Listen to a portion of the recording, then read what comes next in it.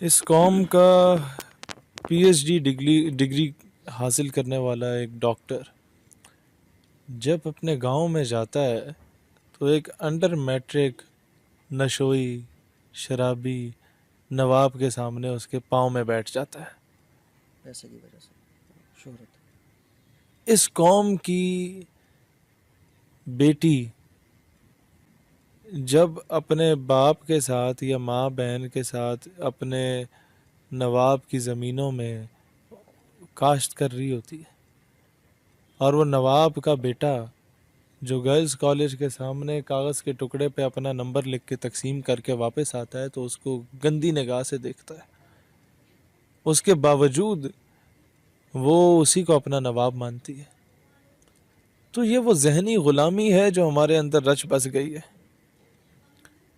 یہ قوم، اس کے پاس کوئی ایسا لیڈر نہیں ہے درد دل رکھنے والا کہ یہ قوم مجبور ہو گئی ہے کہ وہ جو نہ مردوں میں آتا ہے نہ عورتوں میں آتا ہے، لیکن کیونکہ وہ ایک سابق وزیر اعظم کا نواسا اور ایک سابق سابقہ وزیر اعظم کا بیٹا ہے تو اس کے علاوہ اور کوئی آپ کے پاس آپشن نہیں ہے.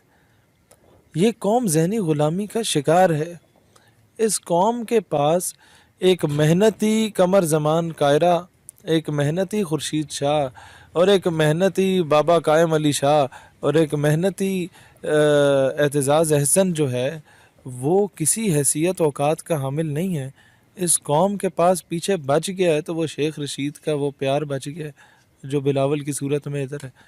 اس قوم کے پاس پرویز رشید، خواجہ سعد رفیق، احسن اقبال جیسا ٹیلنٹڈ آدمی، ان سب کو نظر انداز کر کے یہ قوم جو ہے وہ میاں صاحب کی صاحبزادگان جو گولو مولو ہیں ان کی زندہ مرد آباد کے نعرے لگائیں گے اور زندہ باد کے نعرے لگائیں گے. اس قوم کے پاس شہباز شریف کے بیٹے کے علاوہ کوئی اور آپشن نہیں ہے. اس قوم کے پاس یہ جدی پشتی غلامی چاہتی ہے.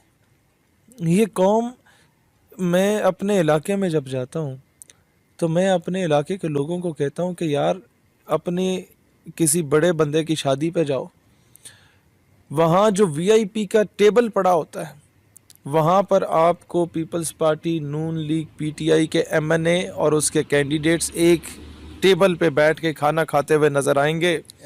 ان کے پیچھے ایک دوسرے کے گھر کا رستہ کیوں بند کر رہے ہو؟ زاڈی زبان کہتے ہیں راہ بند کرنا، راہ کیوں بند کر رہے ہو؟ ان کے پیچھے اپنے گھر کی عورتوں کو کیوں چھوڑ رہے ہو؟ ان کے پیچھے رشتہ داریاں کیوں ختم کر رہے ہو؟ ہمارے گاؤں میں ہمارا ایک بڑے اچھے ٹرمز ہوا کرتے تھے، ایک کرنل صاحب ہیں ان سے اور ان کی فیملی سے، وہ صرف اس تھرڈ کلاس پالیٹکس کے پیچھے یہ دو خاندان آپس میں الگ ہوئے. اور میں اب بھی کلپتا رہتا ہوں کہ کاش وہ وقت آئے کہ ہمارا پنڈ دوبارہ اکٹھا ہو جائے اور ہمارے پنڈ کے لوگ ایک دوسرے کے راہ نہ بند کریں، کیونکہ جس کے پیچھے یہ راہ بند کر رہے ہیں وہ تو ایک ٹیبل پہ بیٹھے ہوئے یار. تو we shouldn't act like this. As far as these sort of goons are concerned، یہ پولیٹیکل پارٹیز کے جو لیڈرشپ ہے، میں ایک بات کہنا چاہتا ہوں، یہ قوم خود غلامی کی زنجیر، وہ ایک ہاتھی تھا نا، جب وہ چھوٹا تھا تو اسے رسی سے باندھ دیا گیا تھا تو وہ پاؤں کھینچتا تھا تو وہ چھوڑ نہیں سکتے تھے کیونکہ رسی سخت ہوتی تھی. جب وہ بڑا ہاتھی بن گیا تو اس نے تو ذرا سا پاؤں یوں کرنا تھا تو رسی نے ٹوٹ جانا تھا، لیکن اس نے کبھی یوں نہیں کیا کیونکہ وہ سمجھا کہ شاید میں ہمیشہ سے اس زنجیر سے یا اس رسی سے بندھا رہوں گا. اس نے غلامی کو اپنے اوپر سوار کر دیا تھا. یہ قوم شاید بھول گئی ہے کہ میرا رب وہ رب ہے جو ابابیلوں سے ہاتھی والوں کو مروا دیتا ہے. یہ قوم شاید بھول گئی ہے کہ میرا رب وہ رب ہے جو مچھر سے نمرود کو اس کی اوقات یاد کرا دیتا تھا. یہ قوم، اقبال نے ایک ہی شعر میں بہت بڑا جملہ کہہ دیا، یہ ایک سجدہ جسے تو گراں سمجھتا ہے، ہزار سجدوں سے دیتا ہے آدمی کو نجات.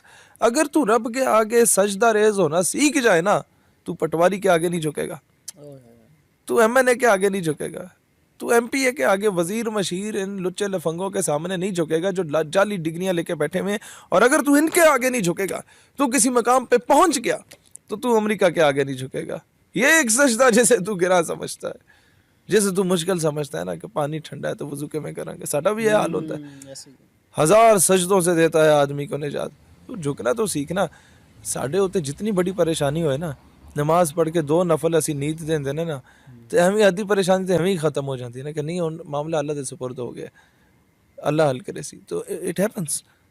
اسی طریقے سے یہ جدی پشتی غلامی جو ان MNAs, MPAs, نوابوں, وڈیروں, مشیروں, یہ جو جن کے باپ دادا انگریزوں کے بوٹ پالش کرتے تھے, ان کے کتے نہلاتے تھے, اب یہ قوم ان کتے نہلانے والوں کے کتے نہلا رہی ہے. اتنا اپنا معیار گرا دیا اس قوم نے. اس قوم کو چاہیے کہ آج اپنے اور غیر کو سائڈ پہ رکھے اور کہے کہ ہماری دوستی اور دشمنی کا معیار فقط رسول اللہ علیہ الصلوۃ والسلام کی حرمت اور ناموس کی بنیاد پہ ہوگا. جو ان کے ساتھ وفادار ہے, if he is from PMLN, People's Party, PTI, Labek, JUI or from anywhere, if that particular person is sincere with the dignity and honor of Rasulullah alayhi salam, I would be the first one to support him. If someone denies the basic ideology of Pakistan, میرے ملک کے نظریے کا کوئی بندہ مخالف ہے, تو I would be the first one جو اس کو اپوز کرے گا, جو اس کا گریبان پکڑے گا. یہ قوم اپنی دوستی اور دشمنی کا معیار اسلام اور پاکستان کی بنیاد پہ رکھ دے, ایک قوم سپر پاور بن سکتی ہے. اس قوم میں وہ ٹیلنٹ ہے.